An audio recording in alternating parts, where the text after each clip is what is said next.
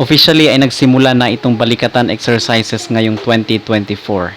At yan ang ating pag-uusapan sa videong ito. Pero bago ang lahat mga kapolitika, huwag kalimutan kayo ay mag-like at mag-subscribe muna dito sa ating YouTube channel para kayo ay updated sa issue ng bansa at issue ng lipunan. So kahapon mga kapolitika, April 22 is officially nagsimula na itong balikatan exercises na isinigawa dito sa ating bansa. Specifically dito sa Northern Luzon at dito sa Palawan, at nabalitaan ko na kung saan is ipagpapatuloy umano yung kasi itong balikatan exercises na isinigawa kahapon is matatapos until May 10. Now meron pang mga balikatan exercises na isasagawa dyan sa Mindanao, sa CDO at dito sa Cebu. Okay, at itong mga nakarang araw is napapabalita rin itong pagdating ng mga air assets, itong BrahMos na missile mula sa India, at itong mga pag-deploy ng 16,000 na US military dyan sa West Philippine Sea. At meron pa nga akong nakita yung tagasalo ng drone at missile na kung saan para hindi ito mag-landing sa lupa. So meron parang yung ginagamit ng Israel. Okay, nakita niyo yun, 'di ba, yung kanilang air defense system na kung saan sinasalo yung missile or rockets sa himpapawid para doon lang siya sumabog at hindi na maglanding sa lupa. So dumating na rin po 'yon mga kapolitika. Okay, at nabalitaan ko rin yung mga iba't ibang EDCA sites na kung saan is hindi binabalita sa media na meron na palang mga additional EDCA sites na itinayo dito sa ating bansa na hindi nalalaman ng publiko. At yung Green Beret na kung saan is sasakyang pandigma ng Amerika is dumating na rin dito sa ating bansa. Now, bakit natin ito pinag-uusapan dito sa ating channel? Kasi ito na yung direksyon ng ating bansa at lahat po tayo dito ay apektado at dapat na makialam at dapat na magkaroon tayo ng concern, at least man lang kung mangyari yung hindi natin inaasahan is handa tayo mentally and physically. Okay, bakit ko sinasabi na maging handa tayo? Kasi ito na yung sinasabi ni Bongbong Marcos doon sa kanyang speech sa Australia. Pag-usapan natin ito doon sa ating previous videos. So panoorin nyo na lang mga kapolitika. Yung sinasabi niya na tayo umano yung maging frontline sa war or sa gwera, katulad nung nangyari sa World War II. Okay, so at ang sabi din doon sa survey is 77% naman daw ng mga Pilipino ay handang ipaglaban or ipagtanggol yung ating bansa. Okay, kung totoo nga yung survey na yon, so mabuti naman, pero ang kawawa po kasi dito is yung mga bata, yung mga inosente. Okay, dahil lang dyan sa territory na kung saan is wala naman tayong titulo dyan, ang meron lang tayo is control, na pag-usapan natin ito doon sa ating previous video, yung napanalo natin doon sa arbitral tribunal is control lang po yon, hindi po kagaya yon ng lupa na kung saan is pwede mong i-fence or pwede mong bakuran kasi dagat nga po yan.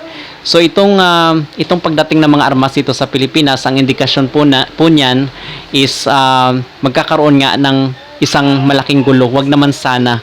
Yan ang ipagdasal natin mga kapolitika. Pero may nakikita na rin ako mga vlogger na kung saan is pinaghahanda na nga ang mga tao. Ano ba yung mga nararapat gawin kung sakaling magkaroon ng inkwentro. Okay? So itong mga armas na dinadala dito sa ating bansa is indikasyon na po yan, at ito yung magkakaroon ng pag-igting rin sa panig ng China, where in fact meron ngang pahayag itong China na kung saan ang sinasabi nila is pinapainit daw ng Pilipinas ang namumuong tensyon dyan sa West Philippine Sea. Now itong balikatan exercises na kung saan is idinaos dito sa ating bansa, nasa 200 nautical miles po yan mula dyan sa shore ng Palawan at dito sa Northern Luzon. At napakaraming bansa nga yung nagjo-join dyan, yung iba kasi observer lang, pero ang main talaga na nagsasagawa dyan ng balikatan exercise is itong US, itong Pilipinas, itong Australia, Japan, at some countries in Europe. Pero yung mga observers like itong Indonesia, Malaysia, Vietnam at yung mga Southeast Asian countries is observer lang sila dito sa balikatan exercises na ginagawa. Pero ang mangyayari kasi dito, baka itong mga bansang ito ang nag-join sa balikatan exercises is ito yung magkakampi-kampihan just in case sumabog ang gyera. Pero dito mga kapolitika is nakikita natin na itong China is magiging kakampiyan ng Russia. Okay, where in fact itong ang Russia, 'di ba? Kinakalaban din yan dito ng US dito sa war sa Ukraine. Pero tingnan niyo naman ano ang nangyari dito sa Ukraine.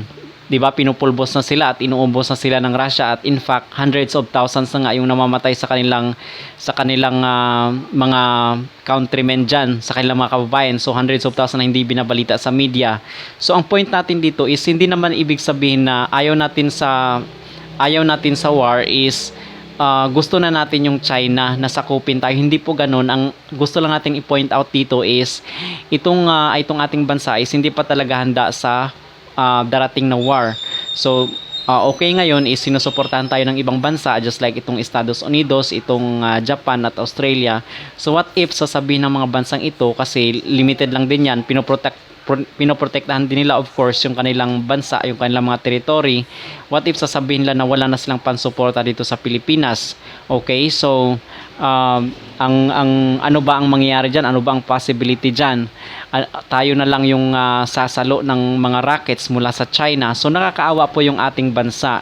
Kung gusto man natin na makipaglaban talaga, kasi matatapang nga mga Pinoy, 'di ba, ever since, ay mag-armas tayo ng sarili natin. Huwag yung aasa tayo sa ibang bansa, yung manghamon tayo ng away, yung pinapainit natin yung tension diyan, at hihingi tayo ng tulong sa ibang bansa. So nakakahiya po 'yun in a sense na tayo yung nanghamon ng war, wala naman pala tayong kakayanan.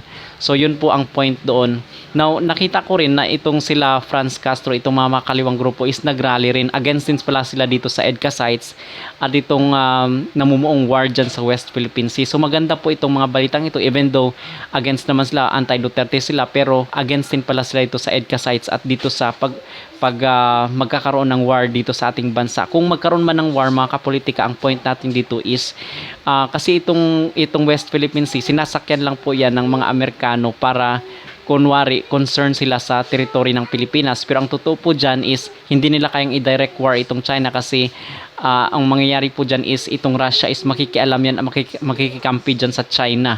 Okay, so hindi nila kaya. So gagamitin sila ng proxy country, which is tayo yon, at yun po ang magiging gagamitin nila front line, kasi ayaw nga nila doon gaganapin ang war doon sa kanilang bansa. So ang tendency niyan is baka dito talaga sa Pilipinas. Kasi kung saan po yung mga armas, saan yung mga panggwera is doon yung titirahin. Of course, sino naman ang titirahin nila doon sa West Philippine Sea? Okay? Alangan naman yung mga isda yung titirahin ng mga inchik. At itong mga technology ng China, hindi kayang katapatan yan ng Pilipinas.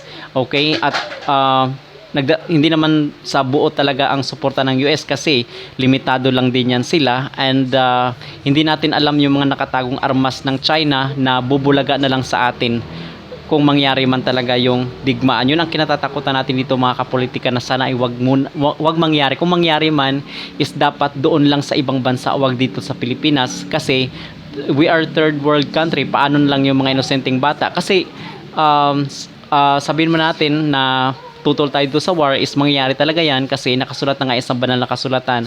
At ang problema kasi dito sa ating bansa, mahirap tayo. So ang may kakayanan lang talaga, just in case magkaroon ng war, is yung mga mayayaman, lilipad yan papunta sa ibang bansa.